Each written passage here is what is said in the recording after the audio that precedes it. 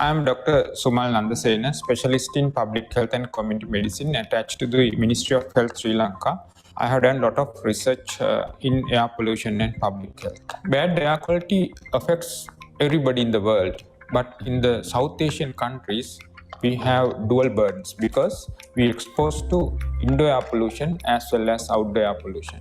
Indoor air pollution because we use a lot of solid fuel in our countries, so exposed in the indoor air. Latest evidence show that the exposure to air pollution increases health outcomes. As example, in Sri Lanka, increased particulate matter levels is associated with increased hospital admissions due to respiratory diseases. Economic burden of air pollution can be due to two factors.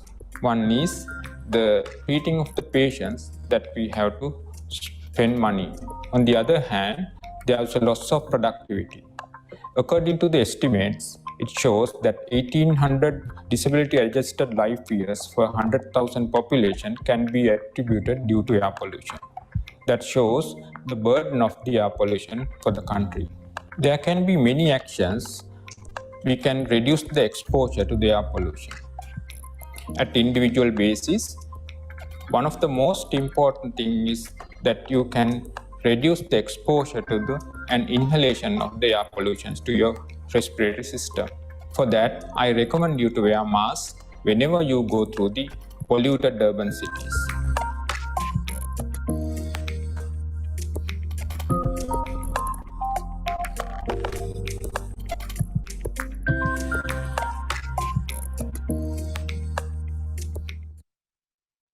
Welcome everyone. Good evening. Thank you all for coming here today for this very significant event.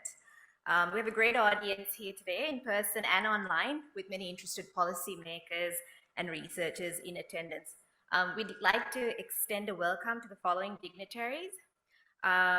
We will have Honorable Eran Wickramaratne, who's running a little bit late, but will be here. Honorable Lasantha Aligayawanna in attendance online, and Honorable Kanchana Wijesekara and Mr. Ruwan Wijewardena, who were invited but unable to attend because of the parliamentary session and a meeting with the President. And in place, we have Mr. Sadit Samarasinha, Senior Advisor on Climate Change to the President and Consular General of Sri Lanka to Melbourne, present here today. We also have in attendance government officials from the Central Environment Authority, the Vehicles Emissions Testing Agency, the Meteorological Department, and the National Building Research Organization.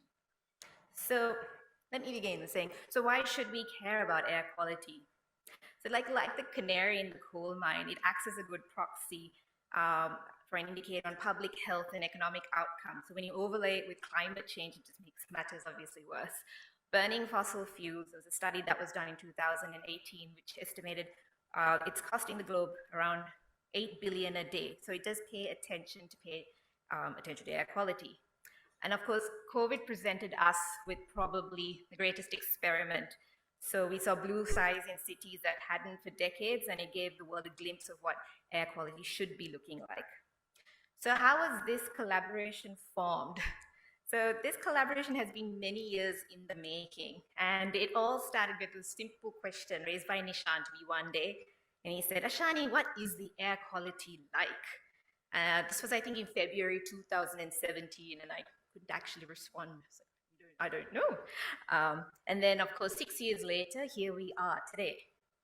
I'd like to introduce our partners, but just beforehand, I'd like to take the opportunity to give special thanks to a few key people. So we have Dr. Ranil Damapala, an air quality scientist who's based in Seattle, Washington, whom you will meet during the panel discussion, and Sumedha Rubasinghe, our IT partner, ENTGRA, whom I'm very grateful to.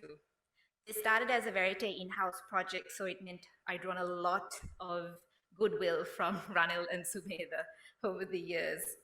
I also want to extend thanks to Mr. Premasiri from NBRO, who shared our vision and works tirelessly to bring air quality data to the public through the network of low-cost sensors, along with his team member Chaturanga.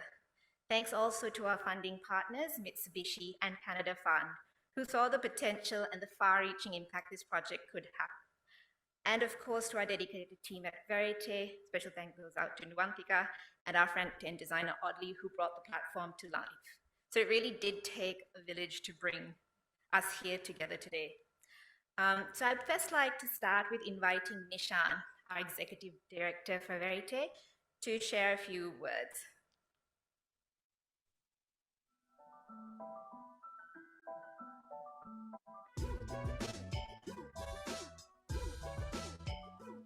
Thank you so much, Ashani, and thank you for everyone. There's a small echo, I think. Thanks for everyone who's joined us today.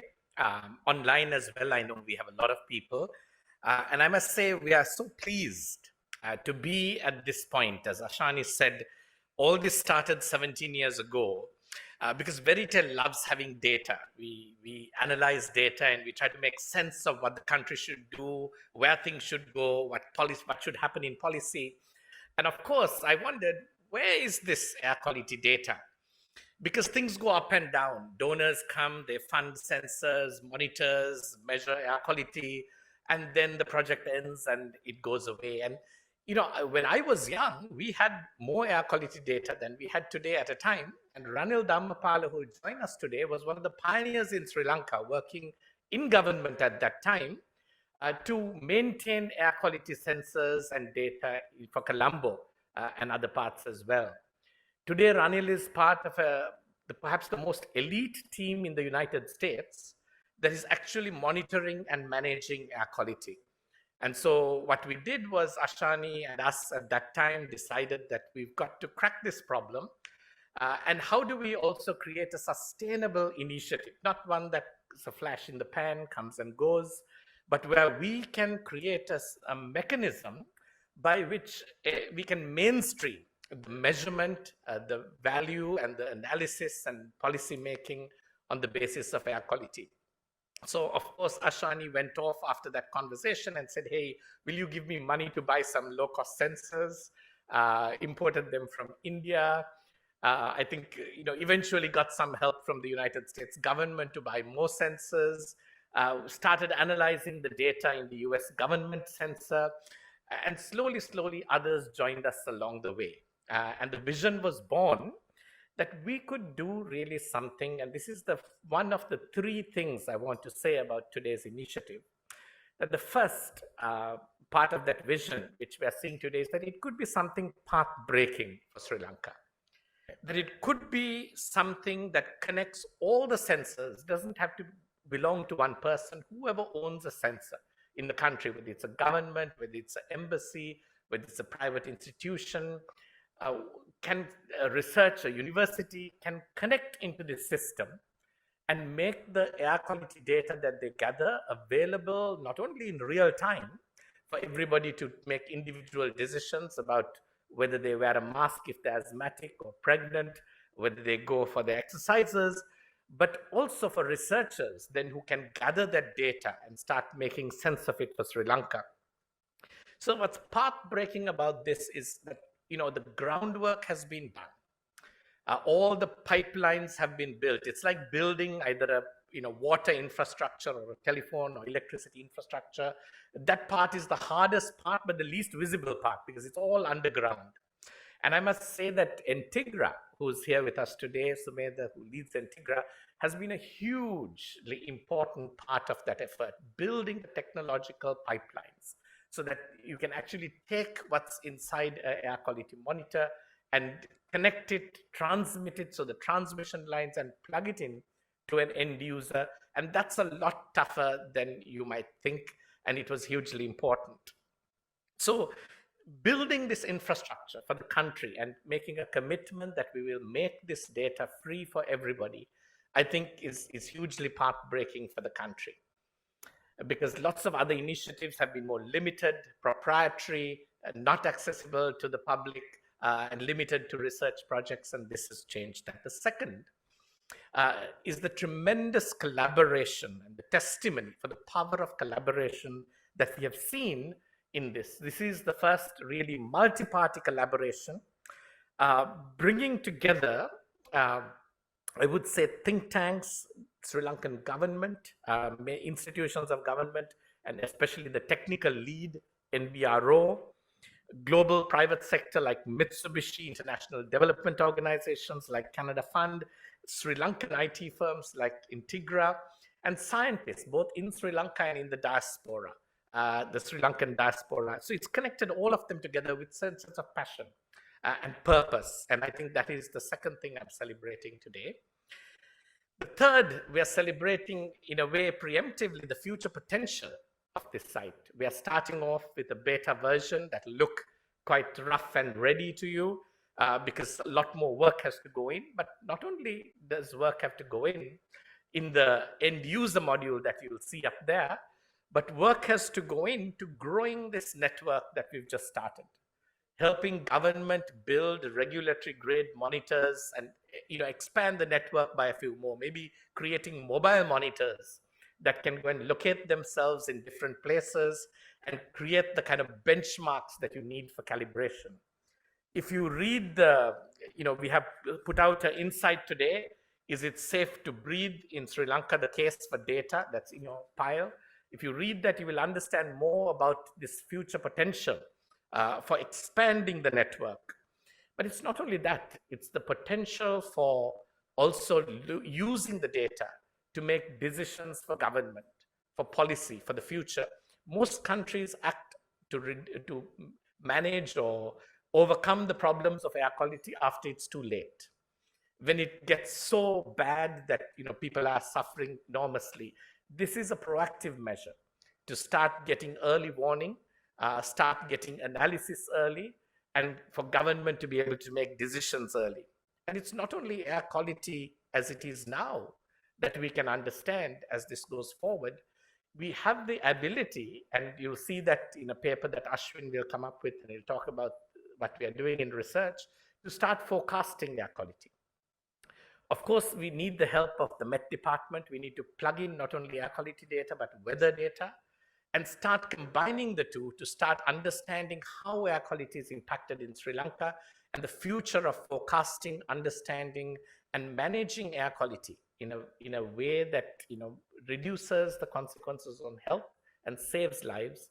I think that is the real future potential. So we are so pleased to be able to do this. We are only a small part of this effort, even though I'm on this stage, because of people like ENTGRA, Mitsubishi Canada Fund, NBRO, the Center for Environmental, the Central Environmental Authority, and government is such an important partner in an initiative like this. You can't really do things without the involvement of government, and I think we're so impressed by the individuals from government who are here, because they've shown that commitment to kind of break some of the difficult constraints they have and venture into a partnership that can be path-breaking for Sri Lanka. So thank you very much. And I think Ashani is going to invite some of our partners also to speak a few words.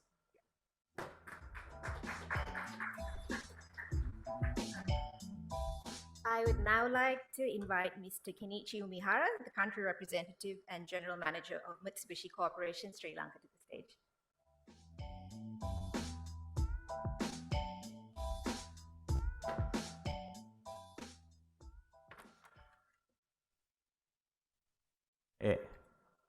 Honorable Elam Vikramaratne, Member of Parliament, Dr. Nisham Demel, Executive Director, Verité Research, Ms. Ashani Pasnayake, Environmental Specialist, and Mr.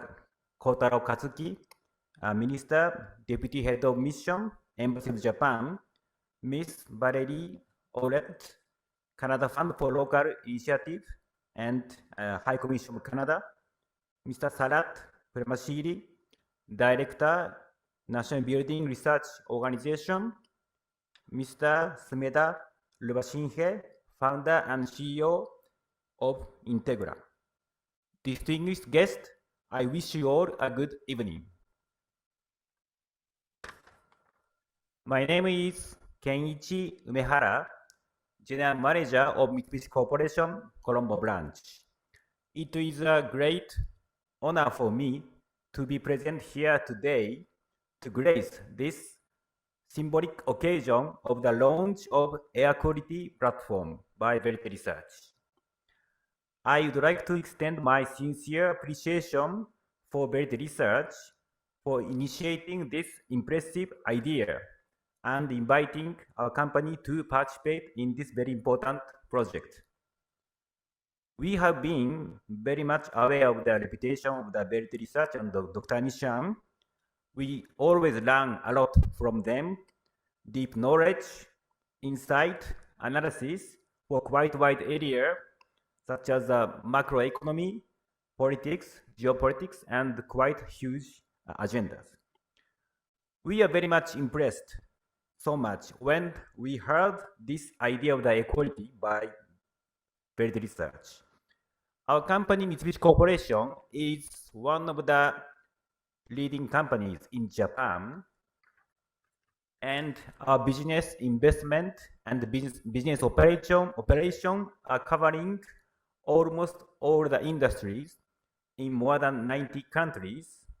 And one of our most important business criteria is an environmental value.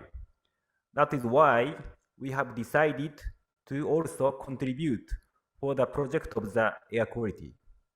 We sincerely hope this platform will perform a great role to increase the awareness of the importance of air quality and ultimately improve the air quality in the country. I'd like to also extend my sincere appreciation for the great effort made by the team of the Verité Research for the last long years, and thanks to their great effort, tonight air quality is finally materialized. I wish to continue and extend our partnership and friendship with Verité Research for coming years. I once again would like to say thank you so much for tonight inviting for this memorable event. Thank you very much.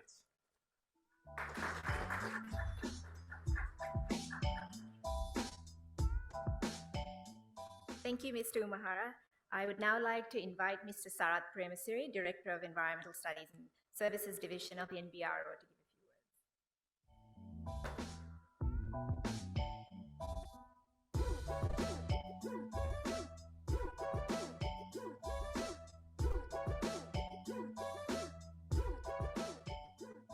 Good afternoon. Actually, I am very proud to come here and talk some word with you, because we, as a NBRO, National Verité Research Organization, we have started this air quality subject in early 30 years. Now it is more than 30 years we have done. In the initial stage, we are in the Ministry of Urban Development. So we got some instrument to monitor ambient air quality in Sri Lanka. So we have done some studies in Colombo especially. And then after there was those methods, we apply this simple wet chemical techniques method. Then after with the transport infrastructure facilities improvement program, some one mobile air quality monitoring unit and the two fixed station units have came to Sri Lanka. It is very well developed automated technique, and it is owned by the Central Environment Authority but operated by Central we are at NBRO. With that project, actually, all eyes are open on air quality, because in early 90s, we, as a Sri Lankan, it is a small country, but we thought that our pollutions are generated by the country or our processes. We go into the sea because of a small country, but it is not happen. We have understand the pollution in urban areas getting increased with these monitoring systems.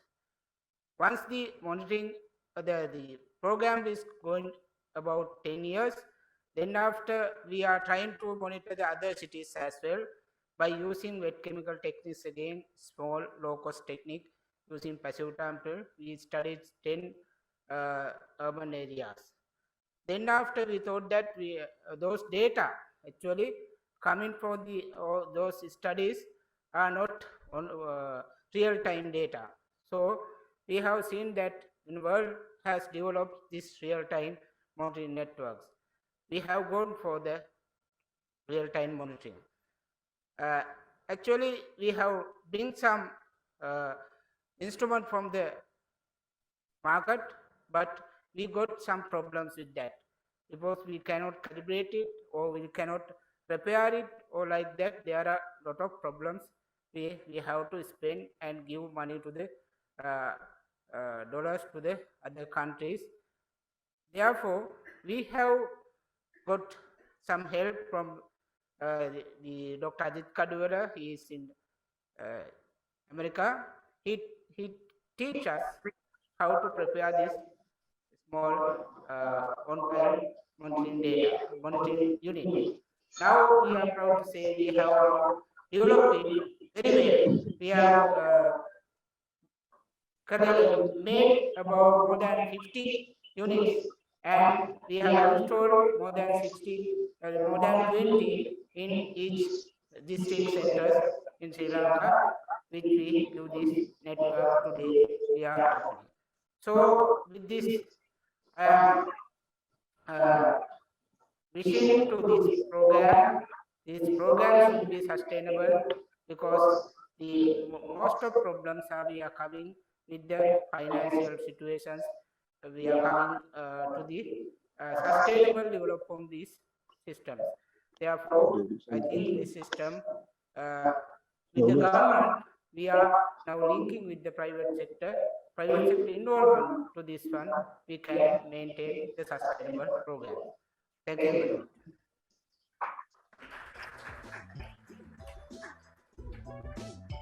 Thank you, Mr. Premisary.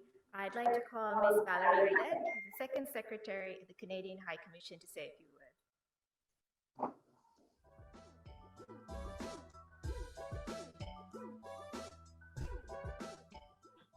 words. Distinguished guests, ladies and gentlemen, good afternoon. Bonjour, ayumun, vanakkam. It's my pleasure to be here today for the launch of AirQuality.LK. For 50 years now, the Canada Fund for Local Initiatives, also known as the CFLI, has contributed to empowering local organizations that are dedicated to improving the lives of their communities. Verité Research is one of our CFLI recipients this year, and we're pleased to support the important work that they're doing to ensure that air quality information is readily available to the public. Air pollution has a huge impact on our environment, and it causes significant health issues. It's linked to respiratory and heart diseases, and it can lead to premature death. There's also a growing body of evidence suggesting that it disproportionately affects women and has serious implications on maternal health. On the other computer it comes. According to the World Health Organization, 99% of the world's population breathes polluted air. And I think for many of us, it's really hard to quantify air pollution. It can sometimes be visible, but most of the time we don't know how much we're exposed to it. That's why the work that's being done here by Verité Research and its partners is so important. Having access to this information will allow Sri Lankans to make informed decisions and better protect themselves against the impact of air pollution. We also believe this data will be useful for decision makers who are working on policies to reduce or to prevent air pollution. Canada strongly believes that we must work together to address global environmental issues like air pollution, and we're proud to have joined forces with Verité Research and the many partners involved in this project today. Congratulations on the successful launch of the AirQuality.LK platform. Thank you.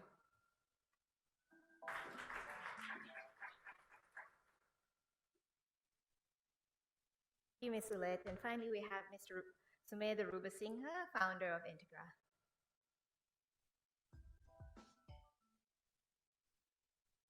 Thanks, Ashani. I will not spend a lot of time here because there's a separate talk coming in. but we are a company that specializes on providing software integration for different types of sensors. So when Ashani reached out to us 2+ years ago, she was looking for a vendor who would integrate different types of air quality sensors to create a software integration. When we listened to what they are planning to do, we were like, we don't want to be a vendor here. We want to be a partner. So that's how we are here.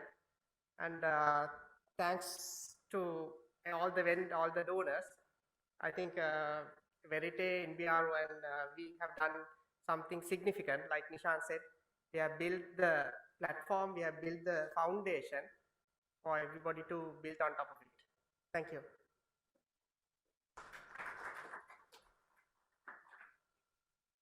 Thank you, Sumedha.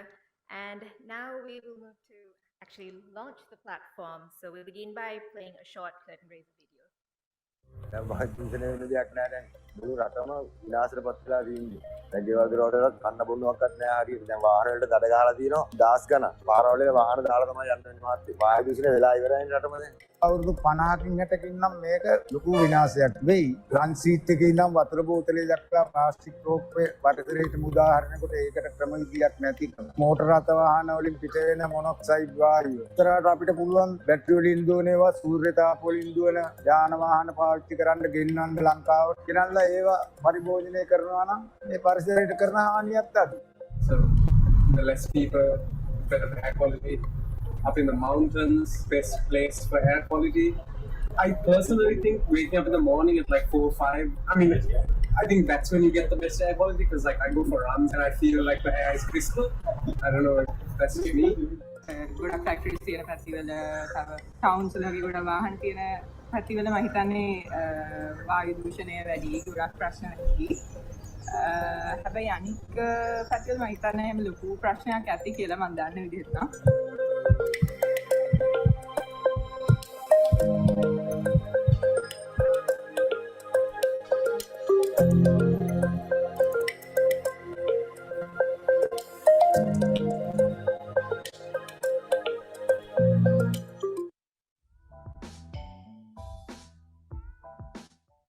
Invite to the stage Honorable Eran Wickramaratne, Mr. Sadit Samarasinghe, Mr. Katsuki Kotaro from the Japanese Embassy, Miss Valerie Ouellette, Mr. Saat Premasiri, Mr. Kenichi Umihara, Sumedha, Mr. Dr. Sumal Nandasena, and Nishan to the stage. I'd like to launch and then take a photograph.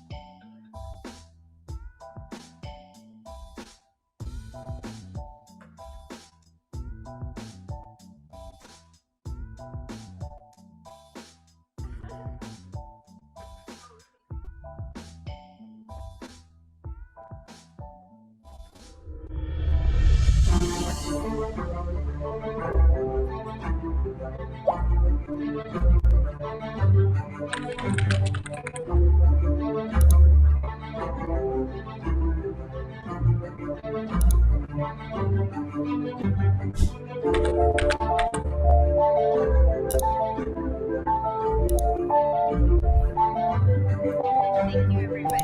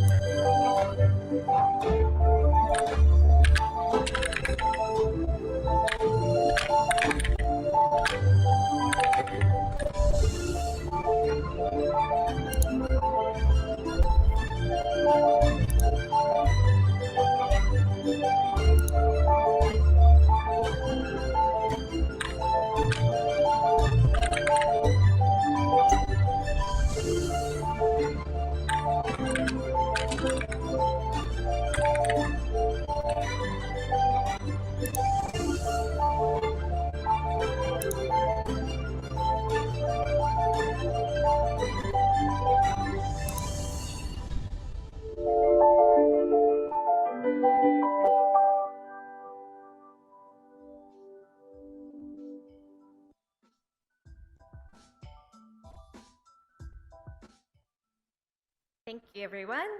We're going to now have some presentations of our research, which I will be commencing with the first one. So I will be talking about air quality. Yeah, basically, it's called the COVID cleanup. So we're reviewing air quality in Colombo from 2017 to 2022. So this is just to give you a very quick overview, kind of a 101 on air quality, and just to basically give you an understanding, a very, very quick understanding, which will also help you kind of navigate the site when you're looking at the data and how it's presented. So basically, very quickly, how is air quality communicated to the public? Usually they're communicated by using air quality index. So what it does, it converts raw measurements of particulate matter from sensors, which are in micrograms per cubic meter, into a more easily understandable health index. So that's the color wheel that you see. This is a color wheel based on the US EPA AQI. So for example, 55.5 micrograms per cubic meter is equivalent to an AQI of 151, which is unhealthy. So there are actions to protect people from air pollution for each of these color categories. So if we take unhealthy, which is 150 to 200, people with heart and lung disease, children and older adults should avoid prolonged and heavy exertion. Everyone should reduce exertion and basically stay indoors, wear a mask. So there are different actions that are basically linked to each of these actions. Now in Sri Lanka, it's important to have a very quick understanding of how the monsoon plays a role. So you tend to see sort of two seasons when it comes to air quality. Now taking Colombo, now this is specifically Colombo. So the southwest monsoon between March and October brings in a lot of wet and windy conditions. So typically that's when we see cleaner air quality, because obviously the wind and the rain blows away that particles. Now northeast monsoon, which is what we're entering now, November to February, it's dry, it's hotter, less windy. You would have already noticed the stark difference from last month. It just means that the pollution builds up in the atmosphere and it's not swept away. Therefore, November to February is typically the worst months for air quality. So what we did was we took the US Embassy data and we looked at it between the months of November to February from 2017 to 2020, essentially see what the pre-COVID versus the post-COVID period. Each of those bars, as you know, is the AQI, and that's a percentage of time spent breathing in each of those categories. So what we find now is pretty obvious. You can see from the colors, the red and the orange has reduced significantly, which means we're now breathing a lot more cleaner air. And of course, you've seen a lot more good and moderate air. This is, of course, in comparison to the pre-COVID era. And this is probably likely because obviously a reduction in vehicular transport and a general economic activity. So even if you look at the 12 months and each of these years, again, even if you look at the southwest monsoon period between March and October, we saw gains there as well. So as you can see, there's a lot more green. So that means even during the better season, we have seen an improvement in air quality. So good air quality is usually equivalent to 0 to 12 micrograms per cubic meter. And the WHO standard, which is now very strict, is 5 micrograms per cubic meter. Just to give an example, US EPA standard is 12. So really, we should all be breathing more of the green. So that just was a very quick 101. Next, I'm going to invite Sumedha. What I'm going to talk about is how we together came up with this particular foundation. We created. We created this particular. I would call an architecture to connect sensor data. Now, what we have done is we have provided a software platform so that sensors like this can communicate over a cellular network into a data collection layer so that all this data can be collected and can be passed on to the data analytics so that we can either store or we can listen to some of the incoming data real time to take certain actions. That's one thing. And the second thing is we have also, as part of our product, we have also provided some integration so that we can also observe some incoming data from some other feeds like Purple Air or other APIs that have been exposed by other vendors. And on top of this, we have also provided set of APIs so that separate layer of solutions can be built on top of this collected sensor data. Okay. And for us to do this, we also brought in certain components like managing some identity, managing some devices so that we would know whenever a particular sensor goes out of work or whenever a particular sensor is faulty or reporting some incorrect values. So this is what it looks like at a nutshell. And right on top is, we just saw the launch of AirQuality.LK. Now, similar to this one, there are two other applications that are consuming this data that we have been collecting for almost a period of 2 years. And this particular sensor that NBRO has developed, it looks like this. So at the outer level, you see a box like this. This of course has certain inlets for absorbing air in and out. And this gets installed inside a box. So it's that box that you see over there. Okay. And this sensor, this particular unit, actually sensors are the ones that are inside here, can at this point measure parameters like PM10, PM2.2, 2.5, PM10, carbon dioxide, temperature, and air humidity. And of course, NBRO says that it can be expanded to support nitrogen dioxide, hydrogen sulfide, methane, ammonia, and certain dimensions about the box. Of course, since this is an outdoor unit, it has been made compatible with certain IP ratings. And there are certain consumers of this collected data. Obviously, we saw this, but this you probably haven't seen. If you go to NBRO website, you would see this particular dynamic map being loaded with all the air quality data, and on top of it, the air quality index is calculated. And if you click on a particular location, you will be given certain detailed view of some of the readings. So all this is covered by the same data collected and the APIs that we have created. And this is something internal, something that we have created for NBRO's research purposes. This is kind of an advanced dashboard where you would see all the sensors that have been connected, somewhere close to 25 to 30 sensors. Right? And when you click on a particular sensor, you can go through the history. You can understand how certain parameters have changed over the period of time. And this particular dashboard can be customizable so that it can be used for various research purposes. There are certain interesting things that we have discovered while doing this particular project.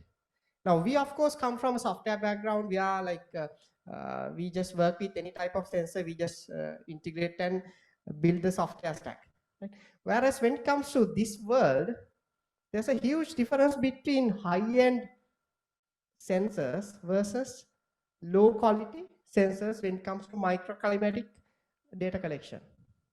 So if you talk to proper scientists who are working on this, they would love to work with this type of setup. Whereas there are certain challenges associated with sensor equipment like this. For example, this is some inside view of this particular truck. Okay. Now, right on top here, you would see certain air being collected, right? And it is this particular tube that comes in here, and it gets distributed into various types of analyzers to analyze various aspects about the air that is being absorbed in. Right? And of course, this is where Dr.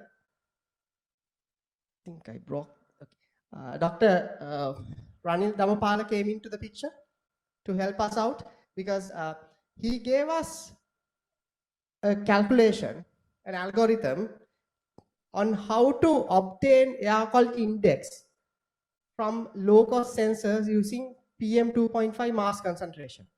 So this is part of a logic that we have embedded inside the data collection platform.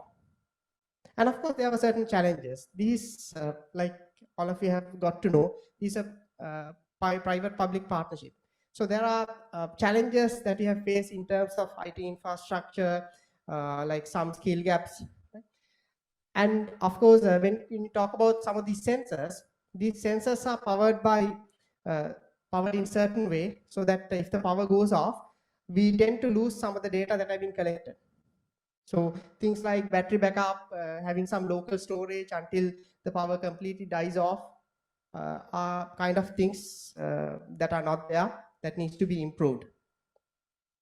And of course, while doing this, we discovered various other types of wireless networks, right?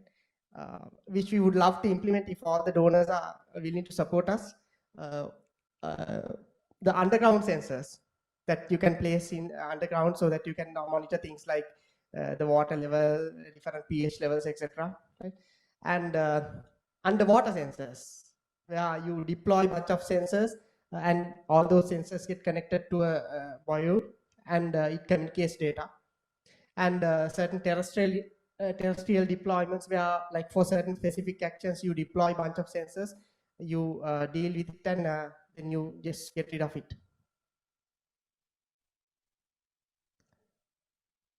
But without going there, there are certain immediate future extension possibilities that we can do. Nishan covered some of these things, but if I mention some of the things that I listed out, one of the very first things that we can do is we can connect different types of air quality sensors into this one. Right now, we are only connecting 2 types of air quality sensors. And the second future extension that we see is, this doesn't need to be limited to air quality. You can connect different types of other sensors, so that this can become a shared portal, shared integration platform for collecting different types of data. It can be ground level water, it can be pH level, it can be wind speed. Okay? So if anybody is willing to take this to the next level, we are willing to support that.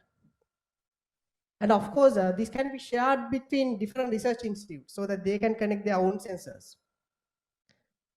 And we have to encourage sensors from community private institutes, so that school kids can go in and build up their own sensors and push data using a different classification. We can promote application building or integration among school kids, so that they can develop things on top of the collected data. And of course, integrate third-party APIs, so that the data that we have collected can be enriched. Since we have Honorable Aran Vikramatne in the audience, and recently he mentioned about e-government having a separate institute to deal with e-government. We thought of showing how an initiative like what we have done right now gets connected into an e-government, smart cities, and a microclimatic architecture. So right now, what we have done lies somewhere here, right? Where like we have worked with a government entity and certain private entities got together. We have done a microclimatic data collection, right? Whereas if you want to create, if you want to extend the same concept into an e-government, right, we need to have different ministerial level integration platforms, where different ministries, it can be the wildlife, it can be the agriculture, it can be the water board, right, collecting data from various domains that they are responsible for. Right? So at the end of it, each of these government entities will have their own integration platform.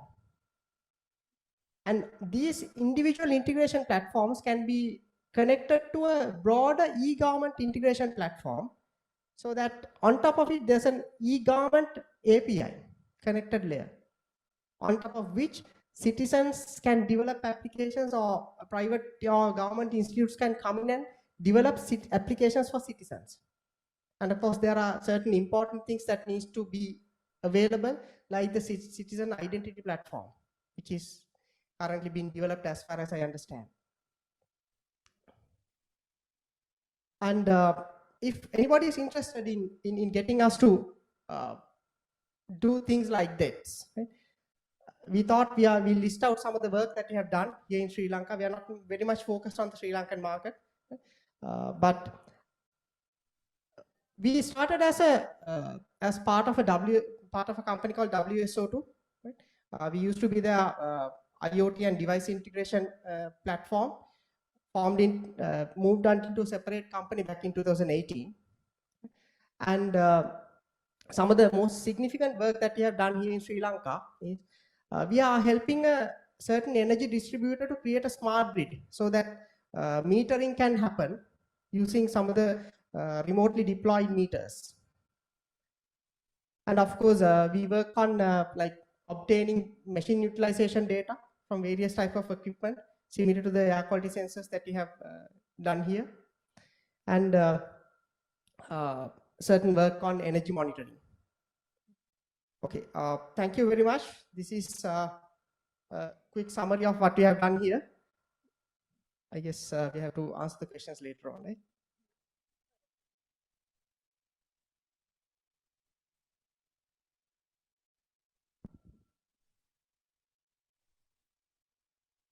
Thanks, Sumedha. That was really important for Sumedha to explain all the hard work that went in, because actually it's like the engine that sits behind this platform and has huge potential.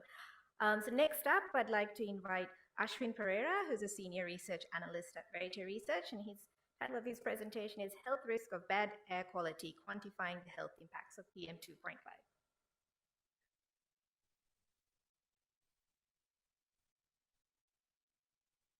Hi, everyone. So we've seen essentially how you can get access to all this air quality data. From this data, then how does this data inform research? And then how can we use research to inform policy decisions, right? I'd like to explore this question through this paper that we've been working on at Verité all this time. And essentially what we're trying to do is we're trying to quantify the health risks of poor air quality. Essentially by quantifying the health impact of PM 2.5 using BenMap in Sri Lanka. And these words might be a bit confusing. I'll explain them to you in a bit more detail as we go through the presentation. Right. So it's structured in 4 parts. First, I'd like to just take you through the objectives of the study that we're doing. Then I'd like to take you briefly through the methodology we've employed, and then discuss the observations and essentially what we can actually end up doing with the observations from this study, and how we can make how improving air quality data is essential in these kinds of research studies that we do. So firstly, the objective of quantifying the health risks of pollution. Why are we doing this? Right. So firstly, just a bit of a background on why we've chosen the pollutant we've chosen. So we are particularly interested here in particulate matter, which is essentially a pollutant that is widely attributed to health risks and health consequences due to pollution. And you have different ways of classifying particulate matter. In this particular case, we're looking at its aerodynamic diameter, and so you have different types of particulate matter. You have inhalable particles, which have a diameter of around 10 micrometers. You have fine particles, and then you have ultrafine particles, again classified by their diameter. And we're particularly interested here in fine particles, because fine particles, for one, have been, because of their relative size, they have been connected with being able to not only enter the lungs of an individual, but also the bloodstream of an individual, and thereby that is how the transmission of pollutant to health impact actually occurs. Right? So this is why we've chosen PM 2.5. And so a lot of the health literature that you read will ultimately connect this PM to this part PM 2.5 to premature deaths in people with heart diseases, certain cardiovascular diseases, and an aggravation of wheezing and asthma. Now, who is at risk here? So we usually see a lot of the literature looking at particularly pregnant women, elders, young children, and a lot of people who already have certain respiratory-based health complications. They are most at risk from exposure to PM 2.5. Along with this, the literature and the way in which you sort of assess research in with pollutant data needs to also take into account the exposure, the level of exposure and the time of the exposure to these particular pollutants. And that's particularly looking at the short-term exposure, which is usually looking at the daily concentrations that you are exposed to, as well as the long-term exposure, which looks at a larger time frame of a year or more, right? And so these are all things that we also took into account when we were designing this particular piece of research. So introducing BenMap, I mentioned BenMap at the beginning. What is BenMap? So BenMap is this tool that has been developed by the US EPA. It's quite an incredible tool. It essentially allows you to pack together all this air quality data, health data, and essentially package it together and run a simulation so that you can finally essentially get an estimate of what the health consequence of this air quality change might look like. So essentially what we've been doing is we've been estimating these changes in morbidity and mortality. Particularly in this instance, I'll be presenting the mortality estimates that we've done because those are the most complete that we can get access to at the moment, depending on the data that we have been constrained to. It's also able to take into account different demographic effects of exposure. So for example, exposure to different demographic groups within a population can all impact the way in which you are affected by some sort of health risk when you are exposed to PM 2.5. And so it allows you to use pollutant and health data, right? So what are we doing? We are essentially, as I've said, assessing the health, we are assessing the health impacts of PM 2.5 on mortality-based health risks. But we're particularly interested in looking at how mortality is affected when pollutant levels are changed towards at the targeted WHO guidelines. Again, something that I will get to in just a bit. Why are we doing this? When we can quantify the health outcomes of pollution changes, we can then design better policies because we know how many people are at risk, and these can further emphasize conversations related to the fact that there is a health risk due to pollution. It is an important problem. We need to take it into consideration in policy decision making, and then we can start implementing the policies we need, right? So my next section actually laying out the methodology. I'll try to get through these as quickly as possible. There's quite a lot of information here, but first, you're just looking at the data that we use in this study. For one, it's this kind of research requires a spatial sort of configuration of the country to understand what the spatial boundaries are, because we essentially do this study at a district by district level in order to account for the different district pollutant changes between different districts. We are, as I've said, looking at the pollutant PM 2.5 because of its connection to health risks, particularly the annual average concentrations. In terms of health incidence data, we're looking at mortality, and then demographics, we're looking at population counts to help us emphasize sort of how the population is at risk of mortality. And the way in which health incidences are linked to pollutant changes is we look at this through what we call a concentration response function. I will delve into more detail about this in a bit, but essentially the idea is that the change in the pollutant is linked to the change in the health incidence through a statistical function that allows you to actually make the estimates that you want. So the first thing that we did was we needed to establish a baseline. We needed a starting point from which we could then target air quality. And so the way we did that is we used a data provided to us by Dr. Runner. And essentially the way the data is collected is we essentially had data taken from regulatory grade monitors, these BAM monitors, as well as low-cost sensors. And along with that data, there were certain calculations that were done to using meteorological data as well to essentially get an idea of what the concentration of air quality looked like for the entire country of Sri Lanka. And you'll see a map there that actually lays out what the air quality configuration across the entire country looks like. So we also used, so our air quality data is an annual average between 2019 and 2021. And our health incidence data is for 2015, and our population data is taken from the DCS for 2012. So you might note that there are a few limitations here and there with the timeliness of the data that we have access to, but this is a great preliminary result of essentially trying to estimate this health impact. I'm going to quickly run through these slides, but essentially what these slides look at is the mortality rate and the all-cause mortality incidence rates and the other mortality incidence rates across the country based on the baseline data that we have access to. And you will see that a lot of the mortality ends up being concentrated in a lot of these highly urbanized cities like Galle, Kandy, Colombo, etc. And so we have this for all cause, cardiopulmonary, and lung cancer mortality. Along with that, we also have a look of what baseline mortality and exposure looks like. So you will see that there is a correlation between exposure and mortality, and that these two particular variables of interest are indeed correlated, albeit because of the timelines at which these different data points were collected, this correlation might not be as high as we would have liked it to be. And so we have that again for all cause, cardiopulmonary, as well as lung cancer mortality. So then once we have a baseline established, what are we going to do with that?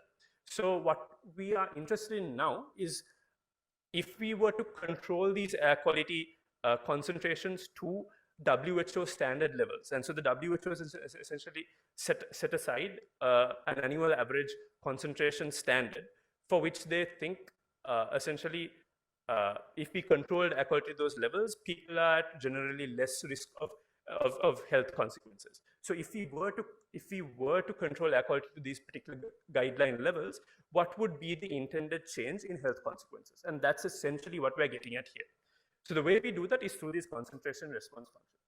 Now these functions essentially allow you to estimate that health risk, but the problem is that we don't have something that is designed particularly for Sri Lanka. So then how do we get around this problem of not having something that's particular to Sri Lanka?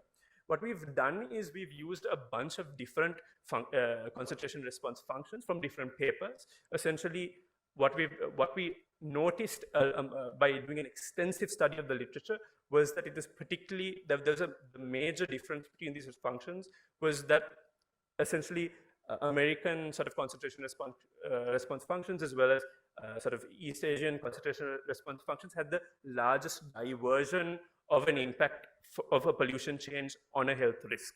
And so what we did was we chose functions from both those reasons that were associated with the health risks that we were interested in looking at.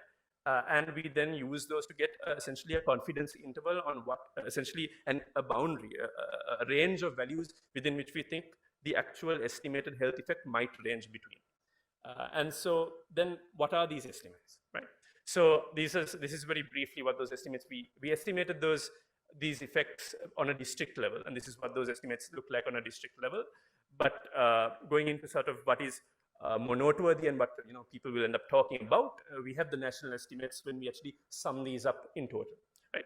So the way we end up interpreting this is when we control the current or the baseline air quality levels that we have and we implement policies that bring those air quality levels down to the WHO standard levels, what are the potential lives that we are able to save?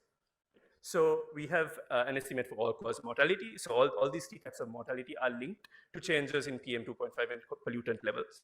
And so we see that we have a roughly 1,122 to 4,957 lives that we could potentially be, lives lost that could potentially be avoided as a result of changes in PM2.5 and better policy controls. And similar for cardiopulmonary mortality and lung cancer mortality. Similarly, you will see a percentage from the baseline, and what this really means is that based on our baseline baseline mortality rates, how much are we reducing that mortality rate by implementing these air quality controls, right?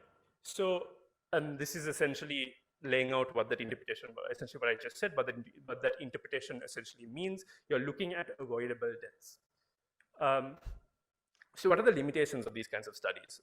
What might go wrong? What can we control for? What might we improve in this kind of work?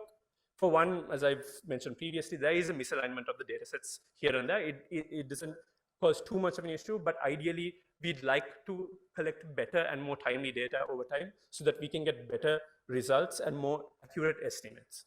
Along with that, this study takes into account ambient air pollution. As was previously mentioned, indoor air pollution is quite a huge risk factor in Sri Lanka due to the biomass burning in local households.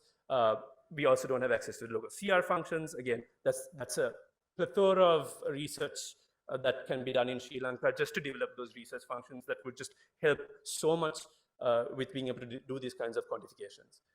Along with that, we have a relatively low spatial resolution. We'd like to have done this study at the GN level to get a better idea of like what minute concentrations in PM 2.5 when they change, for example, in certain urban centers, how those might affect health consequences. Currently, the data is not at a resolution where we can do that kind of a study, but we hope to get to that point sometime in the future. And as well as it doesn't necessarily fully account for demographic configurations as we'd hope to. And again, those are limitations in data. And that's something I sort of want you all to pick up on is there's a lot of limitations in access and availability to data, and it's sort of getting at that better data that is sort of why we are gathered here today. So another sort of factor that I would like to consider just before we get to the final section is essentially looking at the WHO comparison. Right? So the WHO also has done their own estimates of what the burden of air pollution looks like. So their measure was that 7,792 deaths per year attributed to ambient air pollution. That data relating to this study was in 2012, and they also looked at PM 2.5 exposure, and they looked at the health incidence data that was collected in WHO databases. Now, they have their own methodologies, but at the end of the day, both these methodologies end up with estimates based on the best possible data you can and the most timely data you can have access to. So clearly, data is something that's incredibly important in getting to a number or a figure that is useful and accurate to inform policy response. So improving policy with better data. How do we do that? Right. So why does quantifying health effects matter?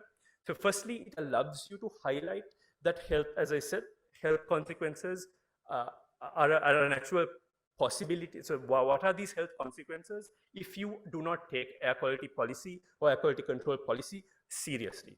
It also allows you to compare these health consequences in relation to other potential risk factors to mortality. So say mortality can be affected by a range of other possibilities. How are those effects in comparison to how pollution affects mortality? These kinds of studies also clearly highlight the impact of not having access to good quality data. So a lot of the limitations that I pointed out to you were the fact that our data is good, but it certainly could get a lot better, including the air quality data that we have access to we could certainly keep improving. And as we improve these data linkages into our research, we can come up with better estimates that better improve the sort of decisions we're able to make in policy. So that brings me from getting at better data to the air quality dashboard that you all have seen here today. So hopefully, with the initiative of this air quality dashboard and this air quality platform, this is a stepping stone to better data in the years to come. Thanks.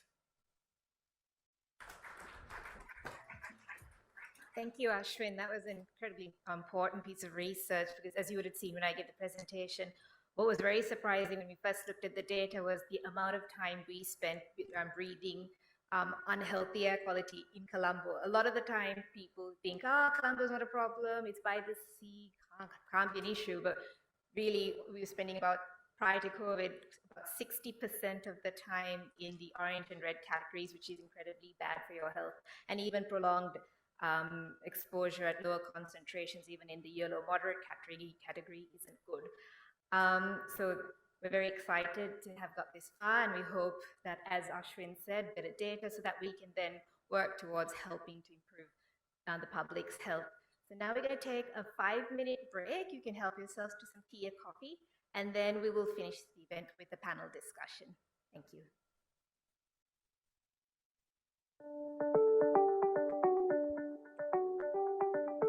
Mitsubishi Corporation is a global integrated business enterprise that develops and operates in approximately 90 countries around the globe, boasting a network of over 1,700 group companies that has a stake in a wide array of industries, ranging from natural resources such as natural gas and minerals to everyday products such as automobiles. Mitsubishi Corporation strives to deliver sustainable growth through fulfillment of societal needs by simultaneously generating economic, societal, and environmental value. With the aim of fulfilling its corporate responsibility to society, Mitsubishi Corporation engages in various philanthropic activities globally under 3 overarching themes: Realizing an inclusive society.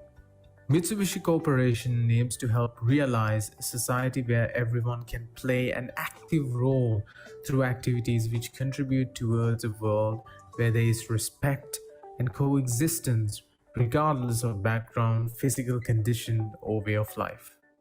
Empowering the next generation.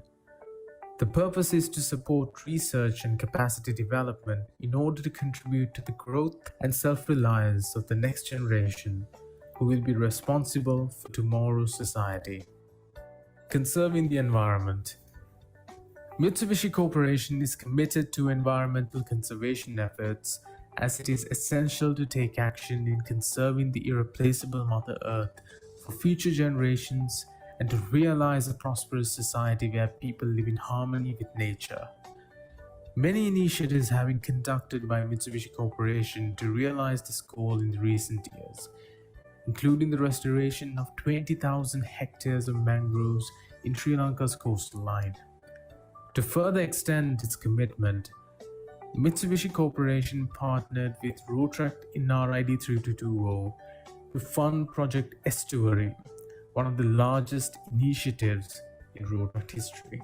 Estuary tackles the critical issue of ocean pollution and protecting coral reefs in an effort to safeguard the maritime life in the coastal belt around Sri Lanka. So far, 500 kilograms of waste has been removed from the seabed, and we have conducted 3 beach cleanups under this initiative. However, Estuary is more prominently known for its 2 phases, the first of which is Clean SL. Annually, 0.64 million tons of mismanaged plastic is released to the ocean from Sri Lanka. This is a massive threat to the environment and causes the rapid deterioration of the marine ecosystem surrounding the country. Clean SL hopes to address this issue through the establishment of garbage traps at key locations around the country. Clean SL hopes to minimize the total amount of waste floating into the sea from the inlet waterways.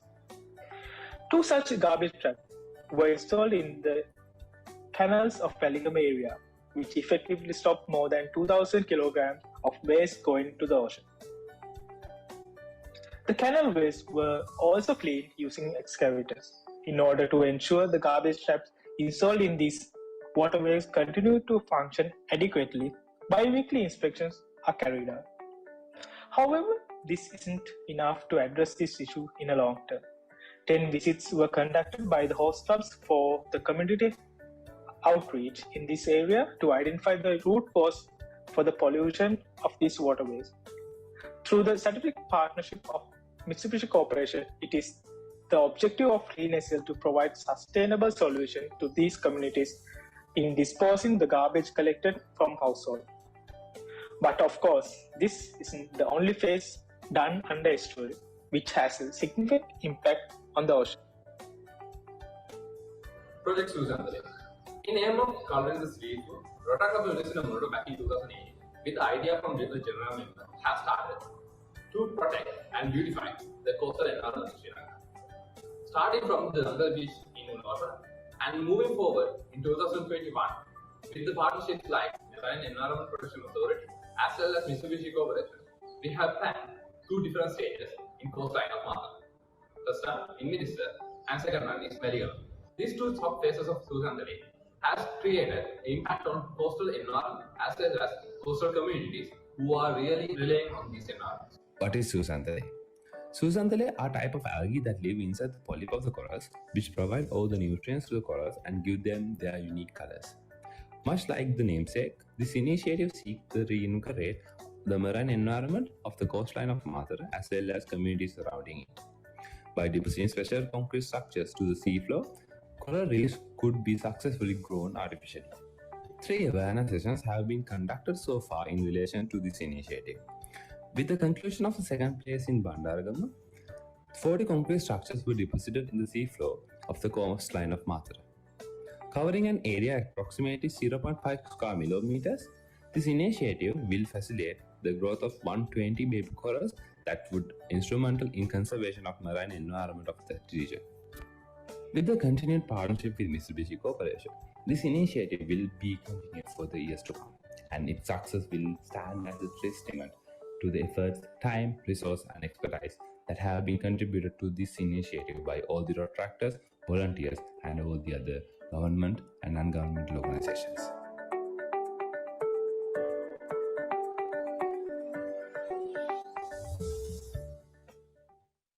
Hello, my name's Ashani and I'm here to tell you about AirQuality.LK. There's very little research on air quality and its impact on our health, the environment and economy in Sri Lanka. However, globally, there's plenty of studies that indicate that air quality and poor air quality has a massive impact on our lives and our communities. So this ranges from our impacts on our respiratory health to mental health, productivity and more. So we'd really like Sri Lankans to start taking this problem more seriously and to help safeguard themselves. AirQuality.LK is a platform that helps to build awareness on the risks of polluted air, help the public safeguard their health, and work towards driving policy reform that will help us clean up the air we breathe. Firstly, we have a live map that draws data from a sensor network, which is across the country. And this will give you near real-time data and an understanding of the air quality in your area. We also have an alert system that will give you an understanding of the changes to the air quality in your surrounding area. We're also working on a portal that will allow researchers and interested individuals to request historical data. As a first step, go check out our website and then go explore the map, see where all the air quality sensors are around the country, and then sign up to our alert system that'll help you take care of yourself and others. You can also be part of our cleaner air movement and help us grow the air quality sensor network, and by creating awareness among your family, friends, schools on the importance of managing and tracking air quality.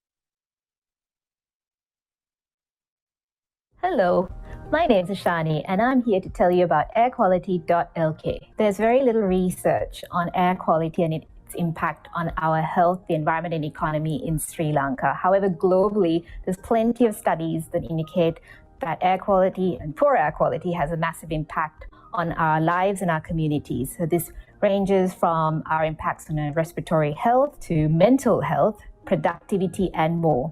So we'd really like Sri Lankans to start taking this problem more seriously and to help safeguard themselves. AirQuality.LK is a platform that helps to build awareness on the risks of polluted air, help the public safeguard their health, and work towards driving policy reform that will help us clean up the air we breathe. Firstly, we have a live map that draws data from a sensor network, which is across the country.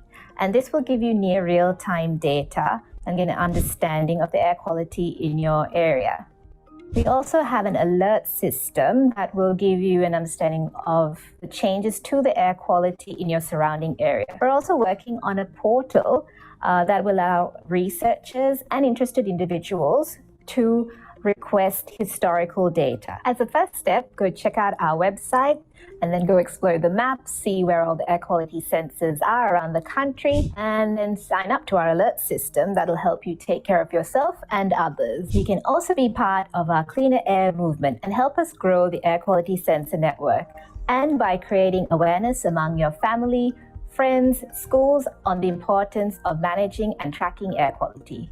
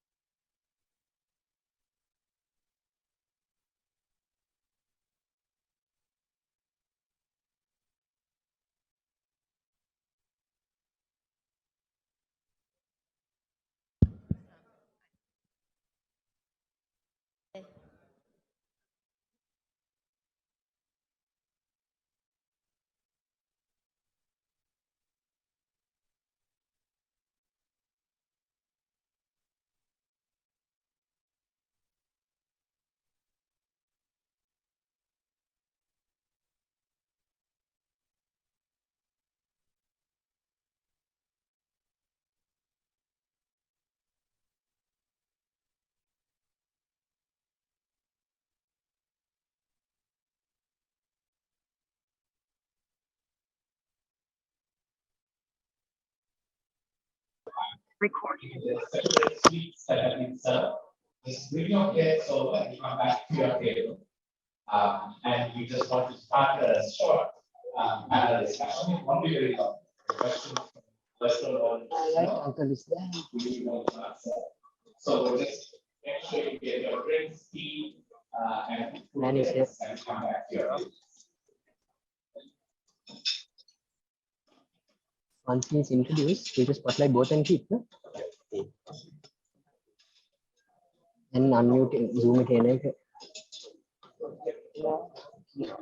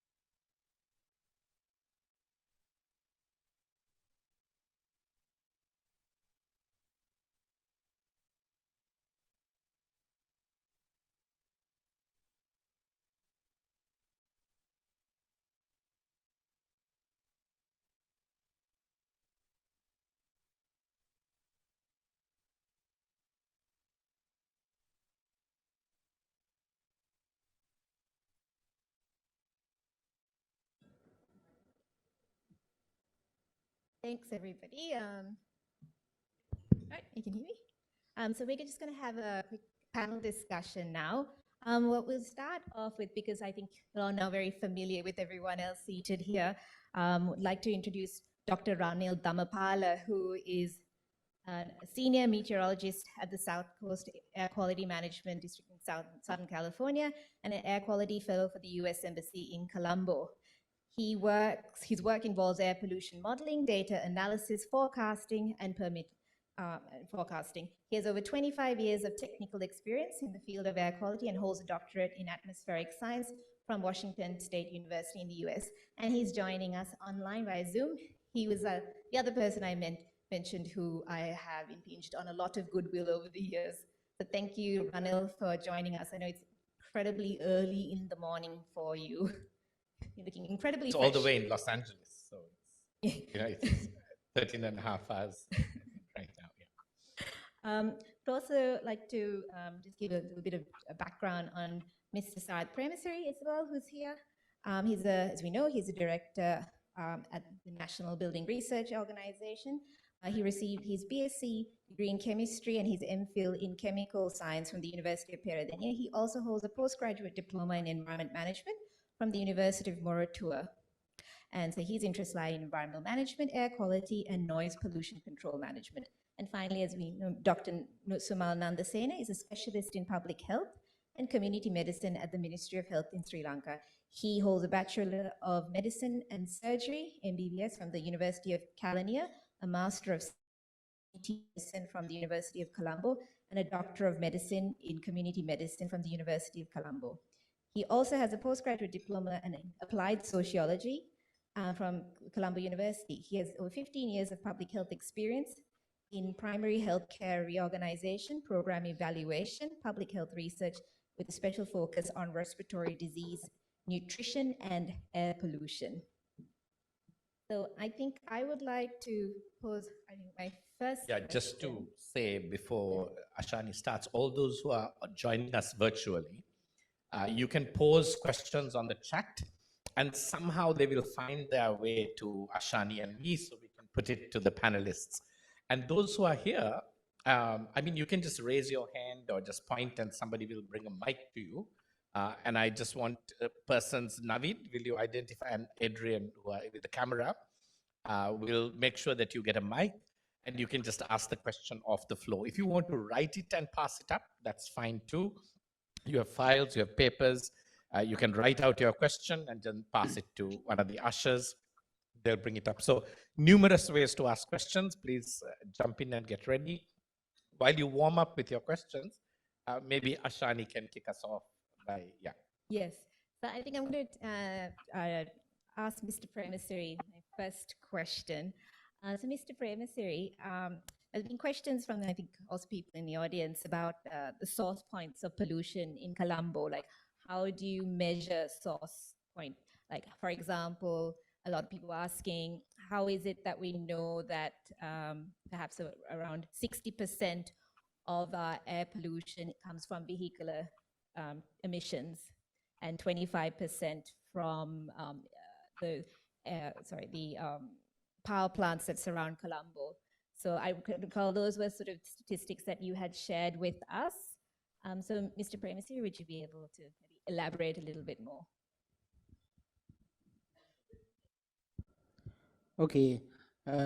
Actually, when we are consider the air pollution in urban areas, mainly we know in urban areas a lot of vehicles are moving, and in Colombo there are a lot of traffic congestion as well.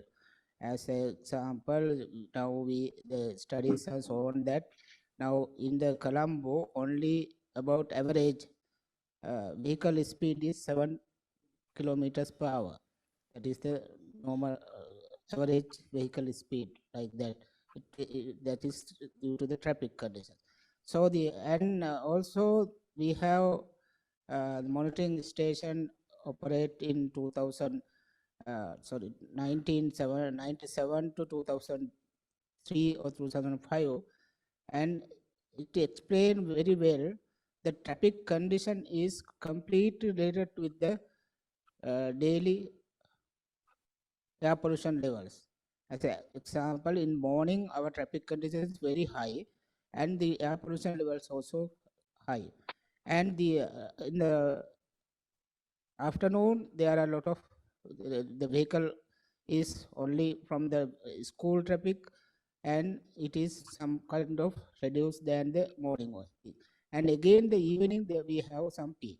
So those data are clearly indicate that the vehicles pollution are the main source of pollution in Colombo and other urban area as well.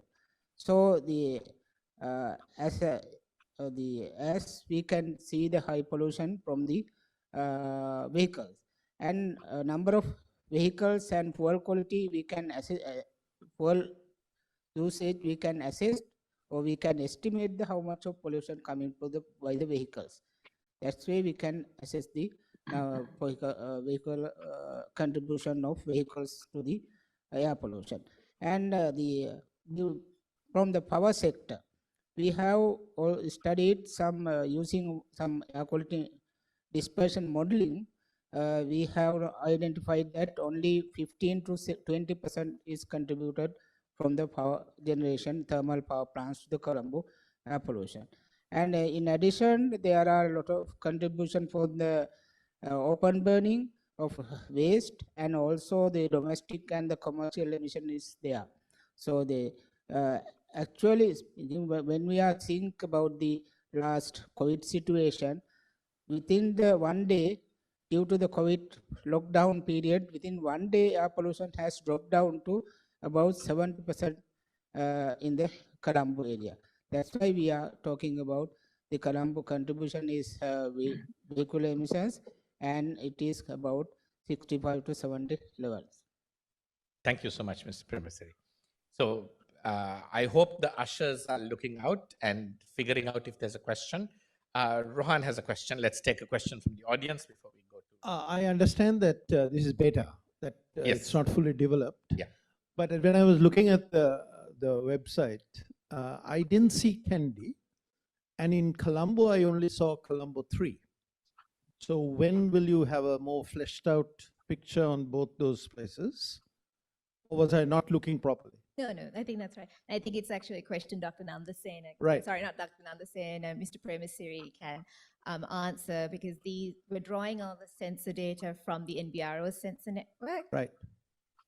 Now, my recollection is that there was a big signboard outside Town Hall, which used to provide this data, pollution data, and that's gone.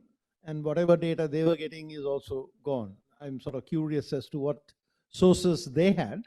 And my last part of the question is, the embassies used to give data. Is the embassy data integrated into this? Yeah. So I will say the second question is one that even Sumedha might also be able to help answer on behalf. But Mr. Premisary, would you like to start with the Kandy question? Okay. And the final question. Actually, now in our system, we have covered about 20 urban areas. There are two centers, two sensor units installed at the Kandy, but unfortunately in this day it is not in a good working condition. That's why it is not showing this in this map. Once it get out, then it is not showing. Now we are in the process of rectify it. And the Colombo also, we have several some in Colombo Med Department and the CMC area also. CMC one is CMC the big screen one, that is automated system. The system is working, but the display unit has some problems. Due to this the situation, we cannot import this sensor unit for to this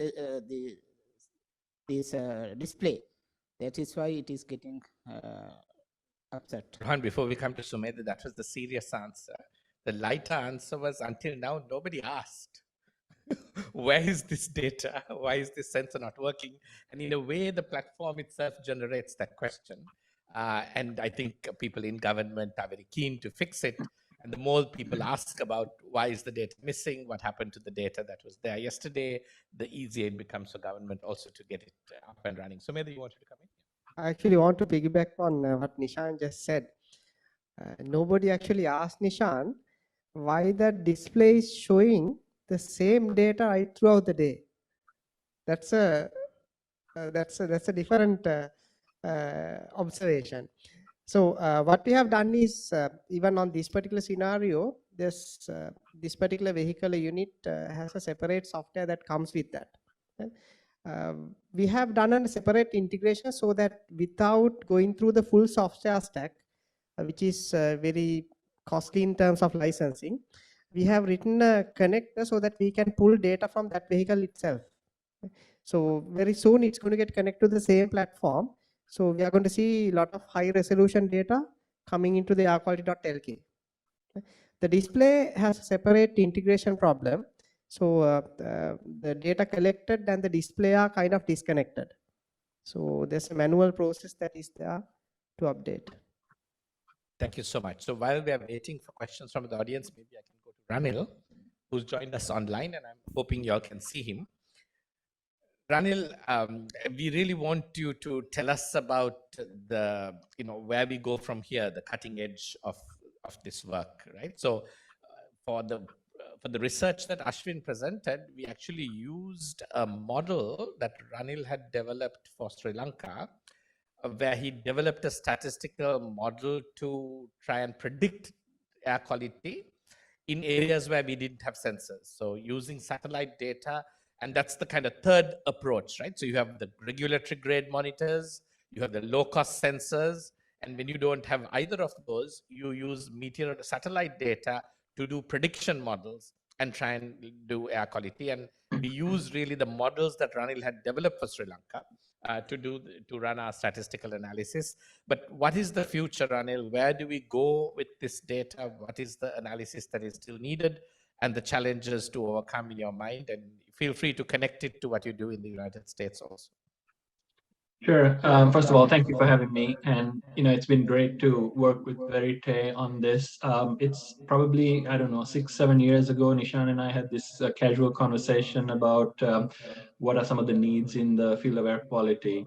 And then it's very gratifying to see that sometime down the road, it has come to this launch. So Ashani was one of those tireless workers who just kept putting more and more hours into this. Here's an interesting story. Last month, I was in Kazakhstan helping out some researchers with air quality related work.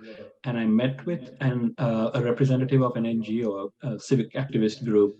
And he wanted to know how you would go from very little data on the ground to something like what Ashwin just presented. What's the quick way to get there? And I had to tell him there isn't a quick way of doing that. It was many, many years of work and a lot of, as you know, better than I do, how many people were involved and the steps. So Nishan, to answer your question, where do we go? Well, let me backtrack and say, what did we have to do to get here? We had to start by placing these low-cost sensors next to the US Embassy BAM, develop some mathematical relationships to convert the data from the low-cost sensors to look like the BAM data, the higher regulatory grade instruments data, because after all, a low-cost sensor only can do so much. And then gather all the data that you could find decent archives of around the country, apply those mathematical relationships, and then that's the so-called ground truth version of a few locations data in and around the country. And then as Nishan said, the satellite data is then integrated into gap filling techniques, and there's various mathematical approaches to do that. Now, obviously, as more and more local sensor data become available, and that's what I'm going to get at here, the need for that, then the refinement of the satellite data processing becomes more robust. All right, so that's definitely the next step as you continue to collect that local sensor data. And of course, do the calibrations next to the BAMs and do the conversions and all that. Then you run it through the satellite data and various model data, and that's another entire field of research that I'm not going to get into. But that work is constantly being improved and updated, and that's the set of techniques that you use to go about identifying hotspots around the country where you may or may not be able to have a monitor. And then for one, we are only looking at PM2.5 here. While that is the most commonly measured pollutant around the world, it's certainly not the only one that has negative health consequences. So expanding it to cover the other pollutants, the other major pollutants, obviously you cannot measure everything. They're very costly. But even having gotten this far, bringing all the sensor data into the country, and as NBRO has explained, expanding that sensor network to cover, for one, PM2.5 in other parts of the country that are not monitored, but then also gradually adding on other pollutants, and then proceeding down the same road, so that you can end up with an analysis like what Ashwin presented, but for all pollutants. So you identify the cumulative risk to the public from all forms of air pollution in the country. So that's the ultimate goal, but you would get there in small incremental steps. Thank you, Ranil. I know Ashani has questions for others also, and we won't take too many questions. I have questions coming in from the virtual audience also, but go ahead, Ashani. Yes, this is a question for Dr. Nandasena. So maybe you can just give us a little bit of background from your research and some of the key findings you have found, because I know you did a study a few years ago on the number of hospital stays and the link to air pollution. So maybe if you could just let the audience know a little bit about the findings. Thank you very much, Ashani.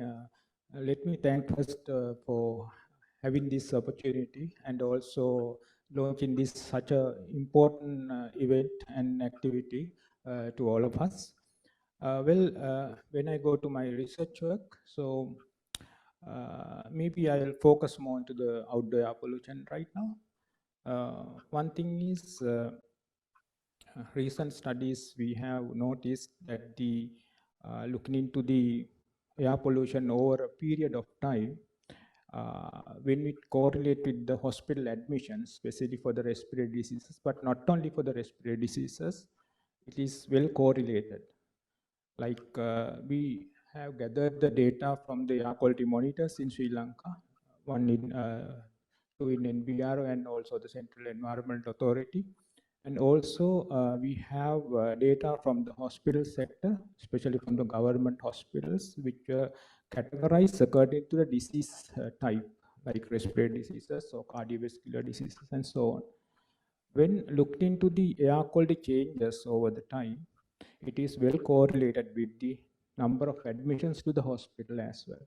And especially when you go to the quantitative terms, that if the particulate matter 2.5, if it is increases more than 100 micrograms per cubic meter, which is happening in our country for certain days, not in every time, certain days, in such a days is well correlated with 1.4 times hospital admissions to the hospitals. But 2 days in the lab, that means if the air quality is worse in today, so the hospital admissions will increase in another couple of days. Likewise, it was happening for a period of time. Let me talk a little bit about other secondary data as well. So due to the modeling data, so modeling has been done from the different sources, not just from the one side. Now one is Ashwin explained today with the BenMap, which is a US EPA developed, well-reputed modeling system. And also there is a WHO having another modeling system, and Institute of Health Metrics, which is calculated the global burden of disease, they have another modeling system. But all these modeling systems looked into our air quality data, particulate matter concentration, and also other socio-demographic factors in the country. They have calculated almost the same as Ashwin presented today, the number of deaths attributed to the air pollution. And it's going more towards like more beyond the just the death. In the Institute of Health Metrics shows disability adjusted life years that includes the people are disabled due to different diseases. Like if somebody has the cardiovascular disease, he may have the bedridden or some other disabilities. Even for MI, he may have the different kind of quality of life. This, when consider all these factors, it shows that several hundreds of disability life years per year could be attributed to the local air quality levels. But it says it may be around 8 to 900 disability years per 100,000 population per year, according to the ambient air quality that we have today. And also the number of deaths, Institute of Health Metrics have estimated there will be 33 excess deaths per 100,000 population per year based on the particulate matter levels that we have today. Because the WHO, according to WHO air quality guidelines, that the air quality levels that we should have should be for the particulate 2.5, 15 micrograms per cubic meter, 24-hour average. But ours is, in average, I think it's about 30 to 40, or even more than that in certain areas. So then you will able to think how the issue is. So let me ask a question like this. It's connected to a question from the audience. One person says, I live in such and such a place. They are polluting the air terribly. Can that be stopped? So of course, what we're doing here allows us to reliably measure whether that claim is true, whether air is being polluted in a particular location. And as you're saying, there are concentrated locations of air pollution. Is there a policy framework in the country then to take action? Now, for sound pollution, we say if you make a sound more than a certain number of decibels over a certain time, we can ask you to stop. Do we have the kind of legislative capacity, and we have a member of parliament who may want to take legislation to parliament to say if you're polluting the air more than a certain level, and now which is measurable through sensors we can put in place through the system, can we actually ask them to stop? Actually, for that question, I think Mr. Premasiri responds very well, more than me. Okay, actually, for these questions, even if it is an industry or any other person, we have introduced in Sri Lanka ambient air quality standard. In anywhere, it has to maintain the ambient air quality standard. So if there is a high pollution industry or any person or any emissions, we can measure the ambient air quality around that. And if it is increased, if it exceeded the ambient air quality standard levels, then we can ask to stop the work. Actually, it is doing by the Central Environment Authority. They are the regulation body of these environment protections, and they can take action against those persons and can reduce.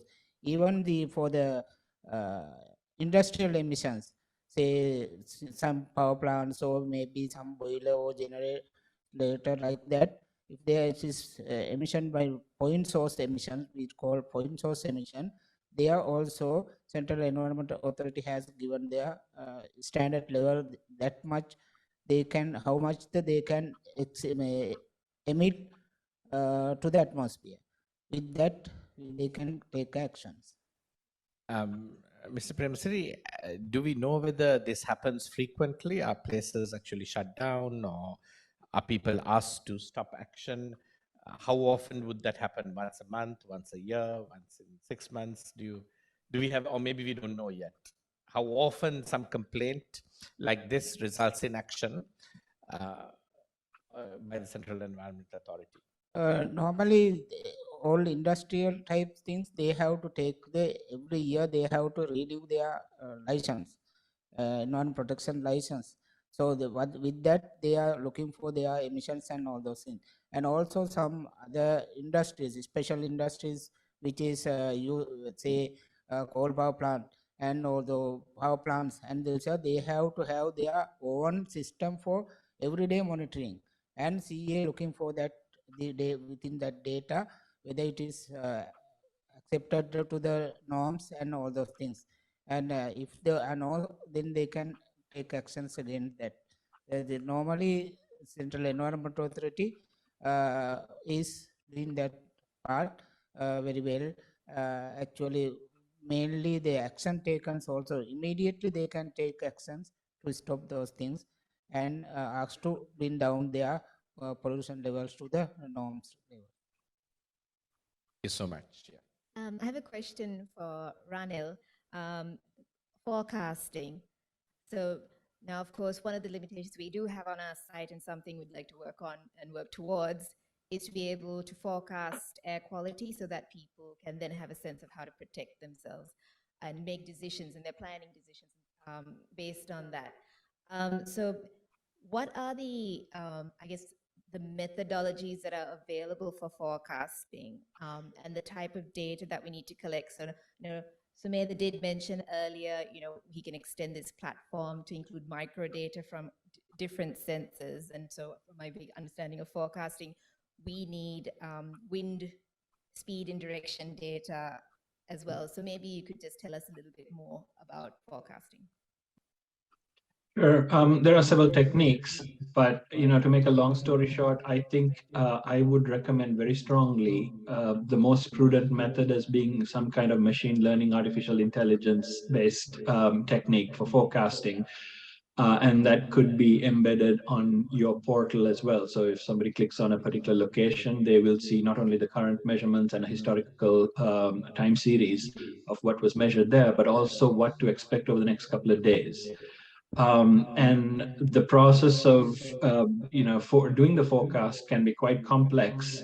The traditional methods involve trying to account for all the pollution sources and estimating how much pollutants they're going to emit on like a pounds per, or like a number of kilograms per hour or something like that.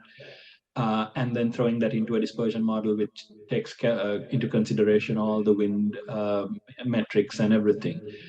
And then also any kind of chemical processes that take place downwind. But that's very, very intensive to both for setting up and also for computing power that's needed to run every day. Machine learning techniques are now, particularly in the US, really coming into focus because they have much, much lower data requirements, require a lot less processing power, and can be deployed with a lot more accuracy. Because it relies on the historical data that you've measured in a particular location and what the winds were doing at the time, and the time of year, the hour of day, and all that. So you build an archive of how the pollution measured during different periods when the winds were doing this, that, and the other, and then use that as a way to forecast what is expected tomorrow based on the weather forecast. Which obviously has to improve, but there are ways to use that as your way forward. So the collection of data, like you have brought into one place now, that's the crucial piece necessary to build that kind of machine learning model necessary for forecasting, so that people can be forewarned about what to expect tomorrow and the day after, and then they can in turn plan their daily activities around that. And when to go to Nuwara and when to stay in Colombo, and that kind of thing. Or when to go jogging. That's right. And surprisingly, we think that early morning air might be cleaner and you can jog. But the research Ashani presented, when you looked at it in a granular way, it suggests sometimes the most air pollution is at those very times we think it should be the least, right? A lot of the time it's not in the, you actually find when we were looking at the November to February data, and so you would think that perhaps it's, school traffic, it does pick up. You might then think maybe 5 o'clock in the evening, fair enough, people are going back home, but it's actually 8, 9, 10, even some of the highest pollution levels are found at 11 o'clock in the middle of and 12 o'clock in the middle of the night, because basically all the pollution just builds up and just sort of sits in the atmosphere. So that is kind of eye-opening when you try. Depending on the wind and how it settles, it can be quite season, concentrated and the season that it can Yeah. happen. So we are going to close, but I'm going to ask a couple of questions before we bring us to a close.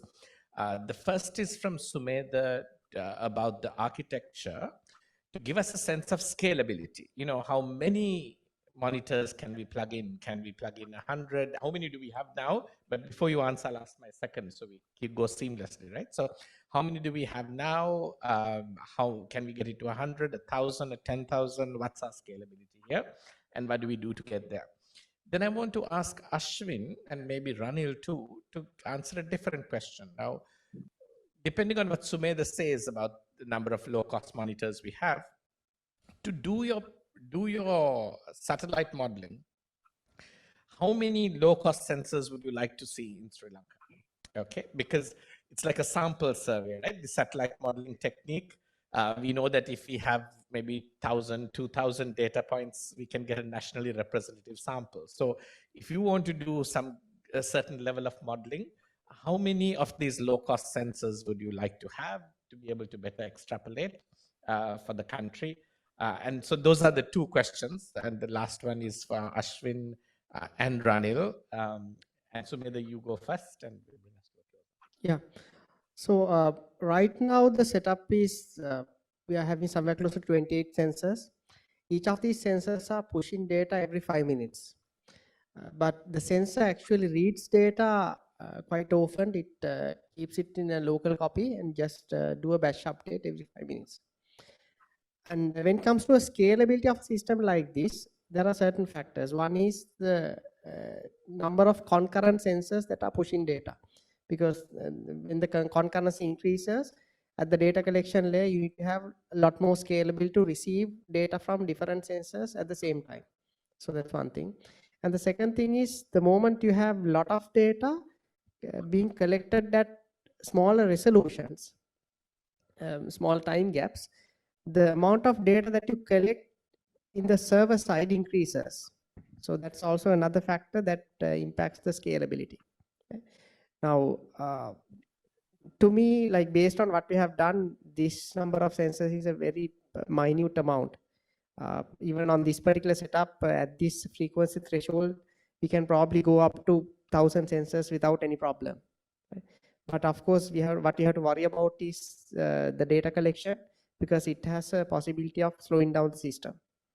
And then the data consumption rate as well, because the moment that we have data being collected, if it is also being consumed in a frequent manner, that's also going to impact the whole system as a whole. So that's where things related to the concurrency. Thank you so much.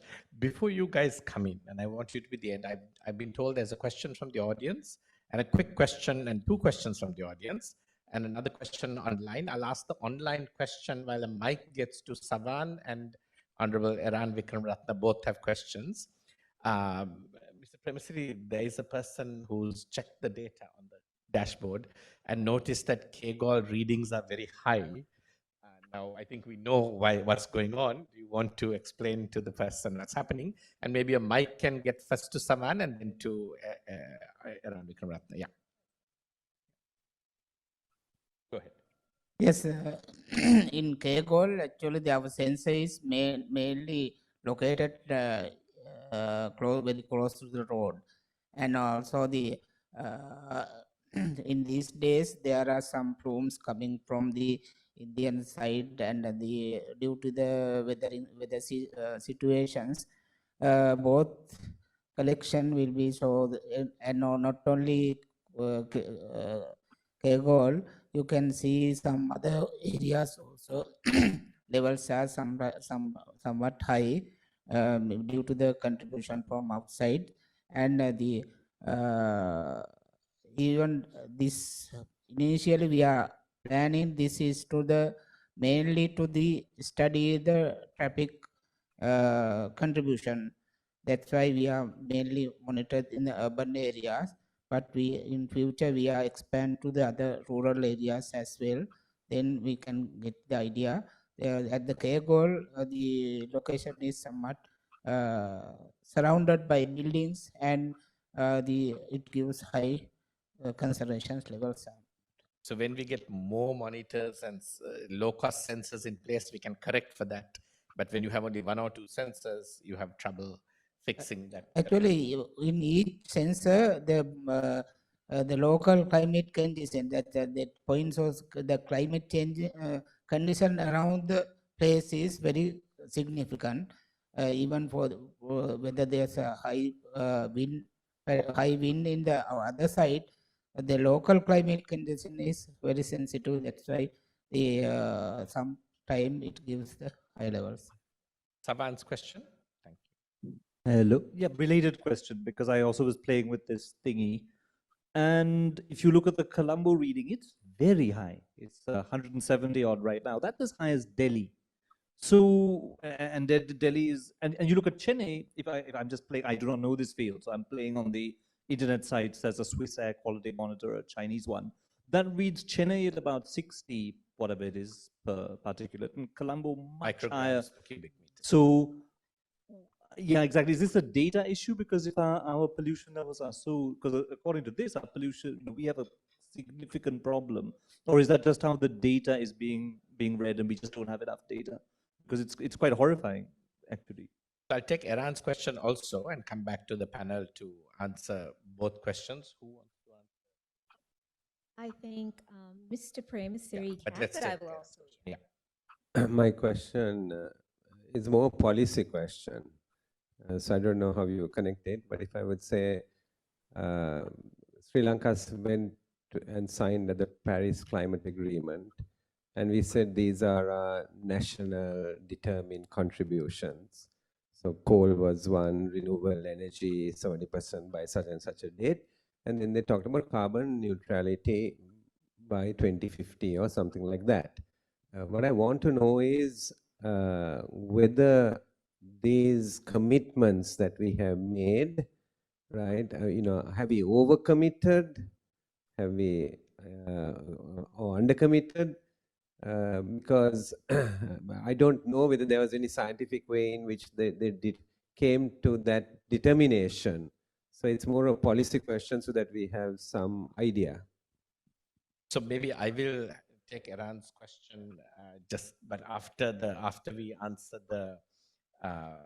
answer Savan's question on Colombo, and maybe have Ashwin and Ranil reply on the number of monitors. Yeah. Yes, actually, all these data depend on the local condition as well as depending on in these days, especially with the northeast monsoon period, some pollutants are coming from outside as well. But even in the India, that not in the particular city, there may be some other areas, say not only from the India. Sometimes pollutants are coming from the Bangladesh and all this Asian region is now in these days the pollutant levels are relatively high. Those are coming with the there. In Colombo, we know the highest pollution city in Sri Lanka, and with the this vehicular density, high vehicular density, there to addition of those pollutants levels from the Colombo pollutions to the outside will be result of that. And maybe as I told that earlier, there may be some local contribution at a particular time period. Say if a vehicle is operated in close to the sensor, it will be affected the data. Even any monitoring system, it is affected. So, but with time, it will give the average. That's why always we are talking about average pollution levels, maybe average 1 hour or 24 hour or like that we are talking about. Due to these high pollution levels, in particular 1 or 5 minutes or 10 minutes, it doesn't matter because we are going for the average level in Lake. I'm going to ask maybe Ashani to take a stab at Eran's question, and then we'll finish off with Ashwin and Ranil giving whatever input they'd like on the previous questions. But Ranil, we are going to add to your plate 2 other questions, one to respond to this policy question as well. But also there's a question on which I know you're an expert. It's on the forest fires in Sri Lanka. And the fact that when climates warm up, Sri Lanka could have more forest fires. What's the scenario? Of course, Ranil was in the thick of the California forest fire issue and really managing air quality in the midst of that. So you may want to come in on that also. But Ashani, do you want to go first? Yeah. So I wouldn't say that I'm not sure the methodology that was used to come up with the NDC factors, but perhaps if we look at it a different way, and it may be something Mr. Premisary can also weigh in on, if we're considering that quite a majority of our pollution is from vehicles, then obviously the policies that we would need to consider would have to be targeted at that. As Mr. Premisary said, we're looking at about 60% from vehicle emissions, 25% from the fuel plant, from the power stations. So I guess essentially we need energy reform, public transport sector reform, getting cars off the roads. So that's putting people in public transport, switching to electric vehicles, and obviously going renewable will probably immediately not only improve our air quality, but bring down greenhouse gas emissions. But is there anything else Mr. Premisary would like to add? Being alert is the main thing, I think so. So if you are going for any kind of declaration signing and all those things, it is positive for all over the world. So it is there. That's why even for the any small industry, if it is high polluted, then we have to ask to reduce it. And even Sri Lanka is a small country, our pollution load contribute to the world. That's why. So that's why we are signing those agreements. We are not actually coming over. We are not overthinking, but we have to be with them to introduce new technology and all those things to bring down our pollution levels. That's why we are going for these things. And in policy wise also, but we have to thinking about to our development as well. Once we are going to develop the system, we have to get this scientific thinking to that. As an example, so now we are thinking about we have talked about some sample coal power plants. If it is there, then all pollutants are come to the bring to the middle of the country due to with that. But if it is in the Hambantota, then with our wind pattern it is goes to the sea. Like that, we have to think about to when we are introducing these things development. But where we have to place these high polluting and other industries, like those things, we have to talk about the scientists, and we have to get scientific knowledge. Thank you so much. So Ashwin, anything you want to add, and then we'll end with Ranil? Yeah. Yeah, on expanding our air quality monitor network, I think Ranil is the better person for quantifying how much that expansion should probably be. But in terms of representativeness, thinking of it from a statistical and sampling perspective, I think particularly urban centers are a particular location around the rest of the country where we might want to upscale from where we're sampling from, particularly even looking at indoor air pollution, because that's also something that is of great interest to the research that we do. And along with that, this isn't just something that is going to contribute to, for example, quantifying the health outcomes, but it's something that will also help with, I mentioned these things called concentration response functions. It's essentially within a given area of the country, is there really a health risk in air pollution for those particular people? How do we know that?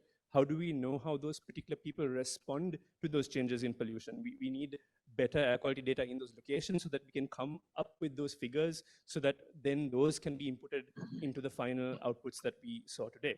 So all in all, it's getting that representative data is incredibly important, not just for the research that we are doing, but also for just expanding the breadth of literature that we can possibly create. Thank you so much. Ranil, you have the last word on the panel. Thank you. So with respect to the number of sensors, I mean, there is no number, but of course it's impractical to expect measurements everywhere. You allocate resources based on what's feasible and what's possible.